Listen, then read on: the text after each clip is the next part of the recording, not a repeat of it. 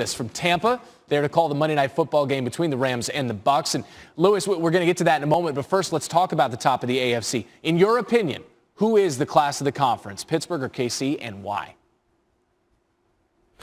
Yeah, you still have to give it to Kansas City. They're the reigning defending champions, and you have to give it to them because simply they have the most explosive offense in the NFL and maybe one of the most explosive players we've seen come into the league, certainly within the past 20 years, maybe ever, in Pat Mahomes. And just look at what they have done as far as surrounding him with talent on the perimeter. Look, they draft Clyde Edwards-Helaire in the first round this year to kind of top off what was already a great cast of perimeter weapons like Tyreek Hill, who you see right there, Travis Kelce, Sammy Watkins didn't even play last night, Mecole Hardman. They just have so many different ways in which they can beat you. It's just a little bit of a concern with them as far as their defense is concerned going down the stretch.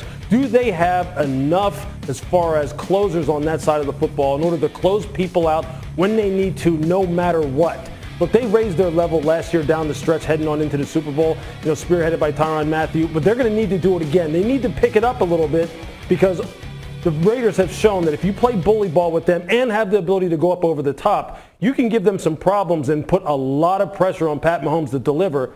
But he's the equalizer, right? Mm-hmm. I mean, he's the ace in the hole for Andy Reid, and that's why Andy never worries, because as long as 15 is out there, you've always got a shot. And some of that pressure from the KC D-line hasn't been there so far this season. So we switch now to Monday Night Football, where, Hannah, that shouldn't be a problem. All right, yeah. I mean, the Buccaneers are playing their fourth primetime game of the season, Randy. A win would move them closer to the first-place Saints, obviously, and give them their best start through 11 games since 2008. That's pre-TV, of course. All right, Rams also in the thick of a divisional race. Victory moves them ahead of the Hawks for first place in that crazy tight NFC West. LA is second in the NFL in defensive efficiency, by the way. And battle of quarterbacks here. Tom Brady, 18-7 on Monday Night Football and all those years with the Pats.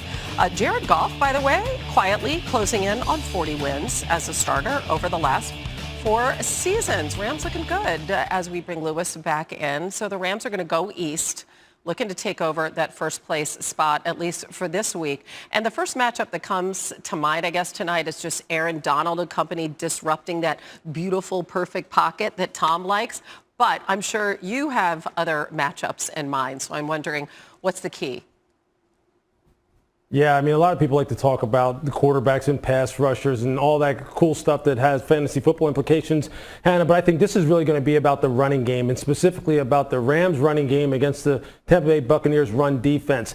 Sean McVay knows that the strength of his football team is running the football wide, outside the tackles, outside the tight ends. They have 2 of the best blocking tight ends in the NFL, headed by Tyler Higbee. And I can tell you this, they have run the ball effectively and with physicality against everybody that they go up against. The last time we saw them against the Chicago Bears out there in L.A., they bludgeoned the Bears' stout defense on the edges over and over and over again. And once they're able to establish that, that's where you see Jared Goff just go crazy with all the boot and play action passes that they're able to exploit. So if they can get that going on, then the Buccaneers are going to have a tough go of it. And Todd Bowles is aware of it. They have one of the best run defenses in the NFL.